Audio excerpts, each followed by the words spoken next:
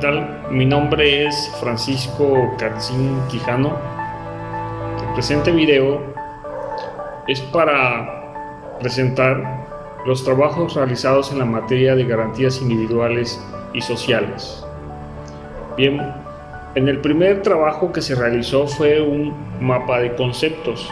El tema fue fundamentación filosófica de las garantías individuales. En ese mapa de conceptos se presentó al individuo, la sociedad y el derecho. El individuo se definió como la unidad más pequeña y simple de los sistemas sociales. La sociedad como el conjunto integrado por individuos que establecen relaciones a base de conductas mutuas encauzadas por un mismo objetivo propio. Y en cuanto al derecho, conjunto de normas de vinculación bilateral, imperativa, obligatoria y coercitiva. Ok, de acuerdo a Aristóteles, el individuo el hombre es un ser completamente sociable, por ello siempre está en una constante convivencia con los individuos de la misma sociedad. En este sentido, para que la vida en común en sociedad pueda tener un orden, es necesario que exista una norma que regula las convivencias de los individuos, es decir, que exista un derecho, el cual debe de estar colocado sobre los miembros de tal manera que se impongan a estos como normas de conducta, las cuales deben de estar ponderadas de bilateralidad, imperatividad, coercividad y obligatoriedad. Sin embargo, el orden jurídico no debe de impedir, limitar o restringir la acción del individuo con las demás personas en la sociedad. La bilateralidad es una de las características que se deben de establecer, ya que consiste en que la norma jurídica, al mismo tiempo que impone deberes, también concede derechos a uno o varios sujetos. Según Petraczynski, las normas jurídicas son imperativos atributivas, siendo esta otra manera de designar el carácter bilateral del derecho.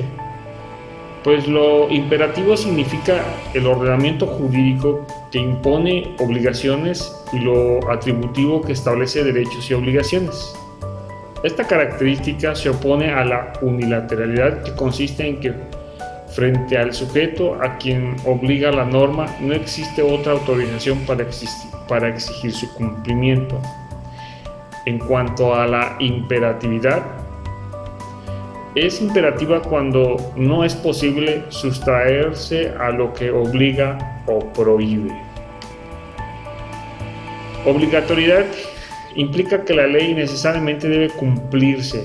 La ley, una vez publicada, se pone del conocimiento general y obliga a todos. El cumplimiento de la ley es dañoso a la normatividad del orden jurídico y encuentra el correctivo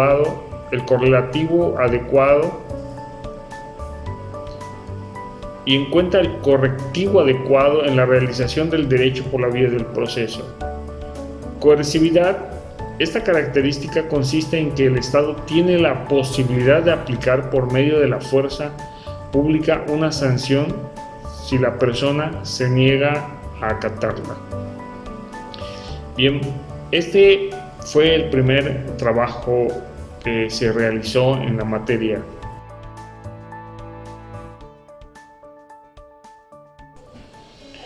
En cuanto al segundo tema, vimos las garantías individuales. En el derecho constitucional de una nación podemos encontrar la historia misma de su pueblo, su evolución cívica y social, su lucha por la independencia y por la libertad.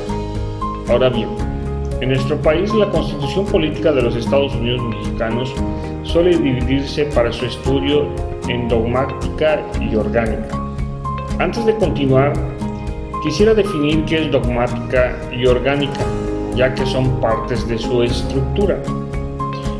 La parte orgánica consiste en establecer la organización del Estado, no solo para determinar su composición, sino para complementar las garantías individuales, en tanto que delimitan las funciones públicas, implementando así el principio que el poder frene al poder.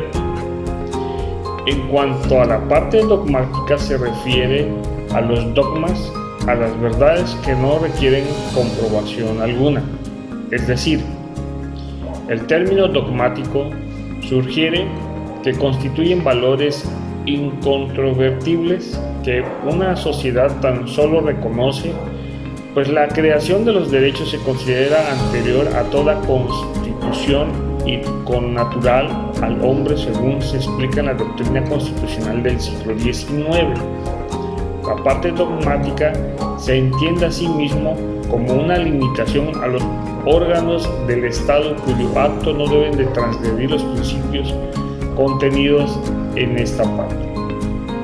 Bien, continuando con el tema, las garantías individuales son derechos fundamentales de los ciudadanos mexicanos.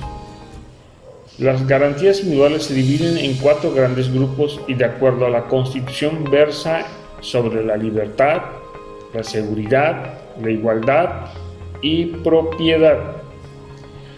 Los derechos fundamentales individuales o humanos, conocidos genéricamente como garantías individuales, contenidas en el artículo 1 de la Constitución Política de los Estados Unidos Mexicanos, enuncia lo siguiente: en los Estados Unidos Mexicanos, todo individuo gozará de las garantías que otorga esta Constitución, las cuales no podrán restringirse ni suspenderse, sino en los casos y en las condiciones que ella misma establece.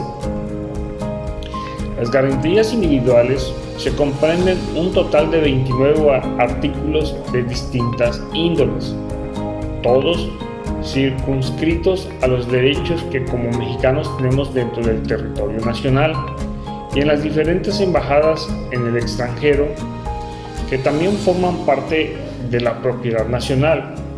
El cúmulo de los artículos están encaminados a salvaguardar la soberanía nacional e individual. Pues bien, en el primer grupo, denominada garantías de igualdad, estas garantías tienen el objeto de evitar los privilegios injustificados y colocar a todos los gobernados en una misma situación frente a la ley. La igualdad jurídica consiste en evitar las distinciones que se hagan por raza, sexo, edad, religión, profesión, posición económica. Esta garantía están establecidas en los artículos 1, 2, 4, 12 y 13. En las garantías de libertad se puede decir que es la capacidad que tiene el hombre para actuar en la sociedad dentro de los propios marcos de la ley, siendo garantizado su ejercicio pleno en los artículos 5, 6, 7, 8, 9, 10, 11, 16, 24 y 28. En cuanto al derecho de la propiedad, defiende el derecho del gobernado a usar, disfrutar y disponer libre de algún objeto material que le pertenezca. Esa está normado en el artículo 27 constitucional. Por último, la seguridad jurídica refiere que dentro de un Estado de Derecho, las relaciones entre la sociedad y el gobierno deben de estar apegadas a la ley, partiendo de que la autoridad puede hacer lo que la ley permite. Los artículos que norma esta seguridad jurídica se encuentran en los artículos 14, 15, 16, 17, 18, 19, 20, 21, 23 y 29.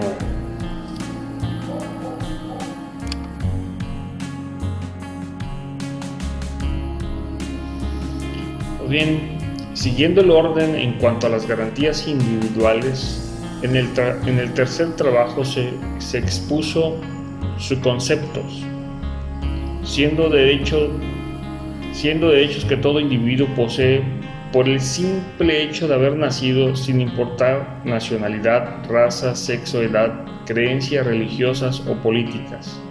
Estos derechos se consideran esencialmente para el sistema político y se vinculan con la dignidad humana, es decir, le son naturales a cualquier ciudadano. Por esta razón, gozan de estatus especial entre las leyes que constituyen el ordenamiento jurídico. También se puso los elementos que comúnmente son tres: la relación jurídica supra a subordinación entre el gobernado, sujeto activo, y el Estado y sus autoridades, sujetos pasivos. Derechos públicos subjetivos sería el segundo elemento que emana de dicha relación en favor del gobernado, objeto. La tercera, obligación correlativa a cargo del Estado y sus autoridades consistentes en respetar el aludido derecho y observar o cumplir las condiciones de seguridad jurídica del mismo, objeto. Características. Las tienen como características universales para todos los hombres, inalienables, no se pueden cambiar, vender o quitar, imprescriptibles, no se extinguen ni se pierden, irrenunciables, no pueden renunciar a ellos, limitativas del poder del Estado, el Estado no tiene derecho sobre ellas. Los antecedentes pueden ser la Constitución de 1824, artículos 152, estableció un conjunto de derechos que constituyen una garantía a favor del gobernado y oponibles al Estado. La Constitución de 1836, las garantías individuales en la primera parte de sus 7 leyes. En el año de 1847 se establece la vigencia de la Constitución de 1824, denominándose Acta de Reforma, que en su artículo 5, Constitución de 1857, se hace mención a las garantías individuales en sus primeros 29 artículos denominados a este capítulo Derechos de Hombre. La clasificación era como ya lo habíamos explicado anteriormente: de igualdad implica la eliminación de toda distinción entre individuos, artículos 1, 2 y 4. De la libertad, asegura la capacidad jurídica para el actuar libre del individuo en sociedad, artículos 5, 6, 7 y 9. De la propiedad, en este grupo solo se encuentra el artículo 27. Establece las tierras y las aguas nacionales pertenecen originalmente a la nación y las cuales poseen el derecho de transmitir el dominio a particulares, constituyendo así la propiedad privada. En cuanto a la seguridad jurídica, son derechos que protegen a los gobernados, su familia y pertenencias ante las autoridades. Artículos 14, 16 y 17. Por mi parte, es todo. Gracias.